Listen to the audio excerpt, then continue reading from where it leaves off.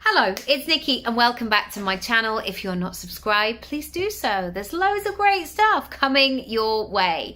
Today is a slightly different video.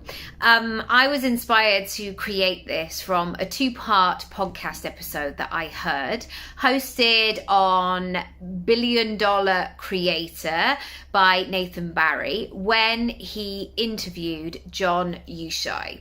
So the first episode of that is a live audience with John. I'm going to call him John, like we're friends, talking about his expertise of working at YouTube and Instagram and then becoming a creator. And that was with a live audience, which is always really great. There's always a great vibrancy in the room, and that will kind of lead me on to something else in a moment. And the second part was then putting together an offer that had been in demand in the room. So essentially, through the conversation of this Q&A, people were asking if John did this kind of service.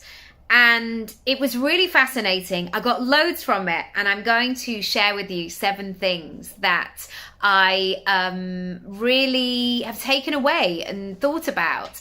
And this is going to be perfect for you if you are going into the last part of the year thinking, right, I want to make some serious, excellent, exciting money. And I also want to do it in a way that feels really good. So if you haven't listened to the episodes, I will link them down below. Do check them out. It will give a little bit more context, but you can go ahead and listen to them. I don't need to give you all of the details, but I will give you my takeaways. The first takeaway was this whole opportunity of a brand new package came from real life conversation. If you see this conversation on the internet, on YouTube, I listened to it on the podcast, but I've gone back and looked at it on YouTube. They are so relaxed. It feels like you're having a cup of coffee with somebody. There's no hard sell. There's no, right, I'm now doing business and this is how we are going to do this. It's about talking around the topic, being passionate about it, finding solutions, talking about things that happen or that are difficult or challenging or how you overcame them. There is so much power in conversation. So if you are not showing up in terms of your content in a way where people see the real you, it's now time to do that. That's why so much of my work comes from so many different places and spaces. And it doesn't necessarily come from when I'm showing up, sharing a video on my social media. It can be through a conversation. People need to feel that they know, like, and trust you, that they feel safe to make a purchase from you, and they want to see your personality. They want to get a real sense of who you are. The second thing was to get in front of an audience that gets you and gets what you're all about. I think so often we're trying to please everybody. We're trying to cast the net too far. And instead, what we need to do is be in conversation with those people who get it, who, for example, are in the online space, are a freelancer, are a portfolio career, are somebody who wants to grow their social media, whatever it might be. And this was so interesting to me because somebody asked if he did this particular kind of thing. And a trait that is not solely dedicated to women, but I have worked with a lot of women around pricing and packaging. One of the main things that people will say is, will people pay for this though? How will I know if I'm too expensive? Is this okay? We're looking for that permission. And I will always say, find out, ask people. Get into conversation with people. That's the way that you learn. Because otherwise, when you just allow it to fester in your head, you go round and round and round and you don't have a solution because you're just operating within yourself.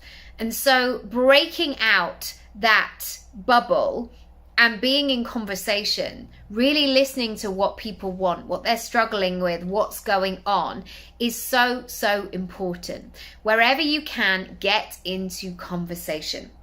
Number 3, in part 2 of this series, they map out the particular options or potential options for this offering or service. So it happened in the Q&A. I think he got 9 inquiries after this. So then they essentially had a whiteboard and they were hashing it out like, okay, well, what will this look like? What could this be? And they were using very casual, open language here. Like, what could it be? What if, or how about? And that is such a great mode to be in when you're designing. If you get fixated on, well, it's got to be this, or I'm not even going to put it down until it's perfect, get it down anyway. Get all of the ideas out onto a piece of paper or whiteboard or however you like to document it, and then see what you've got, and then look at the common threads. I think so often it's that case of trying to write the perfect paragraph. I always say that when I'm helping clients with about pages, get all of it out. Share your life story, your medical history, however you like to do it, and work with that and then trim it down. Rather than saying, okay, I've got 35 words and I've got to nail my life and business and who I am. That is so much harder. Instead, go the opposite way. And again, when you are mapping out a new product, a new service, and we do this in Create Your Income Pie, if you want to come and join us, it is a great way of operating because it allows you to bring in imperfect ideas, bring in little seedlings of possibility. When you've got those, you've got something to work with. Number 4, there was no, and we're talking big numbers here. You can listen to the numbers on the podcast. The business model that they came up with was significant money. Let's just say that. Significant money. A really great lifestyle. I live in London, one of the most expensive cities in the world. They're in America.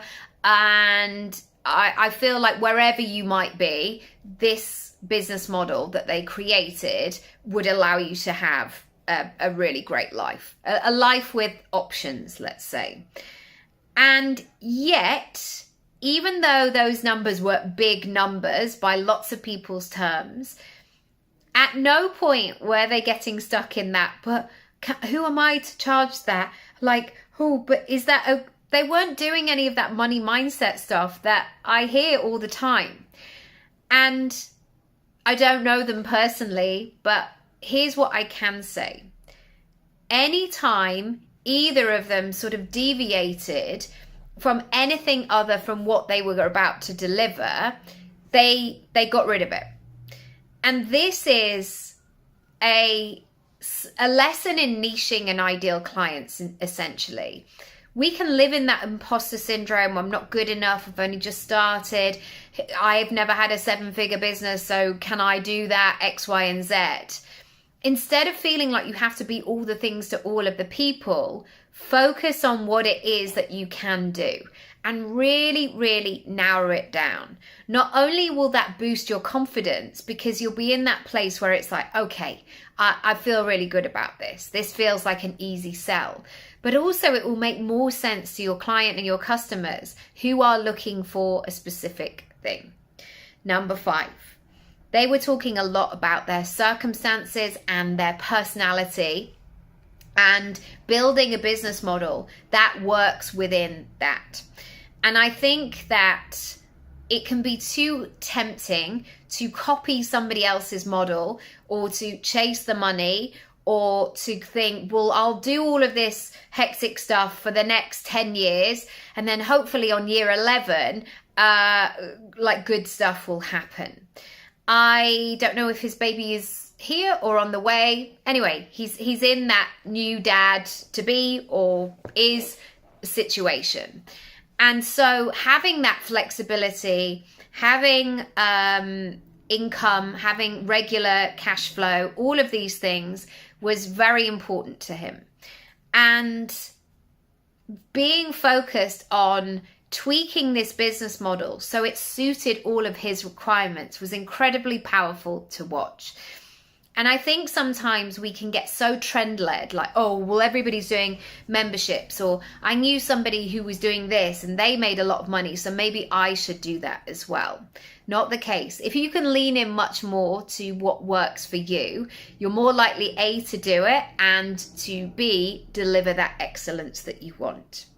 Number 6, they looked at how they were going to execute the deliverables and exactly what they were. Again, it can be too easy to promise everything, to do all of the things, and make it overcomplicated. And I think we went through a stage of exceeding expectations when people would give bonuses, and you're going to get this, and you can come on a retreat, and we've got 50 hours of videos, and we've got all of these things. The busier I get and the more advanced I become in my business journey, if somebody can show me how to do something in an hour rather than 50 hours, that is much more appealing to me. Because how often have you gone through a course or a book or something and you think, when am I going to get to the good stuff? And that's really helped me become a course creator in my own right, of making sure that after every single module, however small, you are a lot further on. There's no kind of filler like, let's get to know each other for the first 4 modules and then we'll get to the good stuff. People don't need to. Like, they want the result, and quickly. So can you provide it? 7, the last one. They live play with the numbers. It could be this: if you did it at this price and sell it at this is what you would make per month. This is what the year-long commitment would look like. This is what the monthly commitment would look like. If we wanted to have a fast track version, this is how we could increase the bottom line. Really, really fascinating. Again, this totally fits in terms of the way that I do things, especially with clients as well. I know there are these marketing terms of saying, well, if it's this kind of product, it needs to be this kind of price, or add a 7 or a 9 onto it, because that's how people are going to convert. Yes, maybe that is a key part of it, but it's not all of it. And playing around and really getting to a stage where those prices land with you, that you can embody them, that they feel really great, is part of the selling process. And I say this because most people concentrate on the other things. How can I make it the most cheap? What do I need to do? What do people recommend? And if you are the person who is selling it and saying, this is what it costs, this is what it involves, this is how you pay me, you've got to get into the emotions and the embodiment side. Otherwise it's only half a job. And you will see where your money blocks are. You will feel where there's uncertainty, and also so will your clients. I hope that's been useful. If you want to find out more about how to price and package your services, come over to Create Your Income Pie. I've got lots of goodies in the description box for you. Or equally, if you just want to talk something through, have a look at my strategy sessions, my Work With Me page. Lots of good stuff in there. Thanks for listening. Nathan, John, if you watch this, thank you so much. I was really inspired by these episodes, and I hope it's been useful for you too. Lots of love, and I'll see you next time. Bye.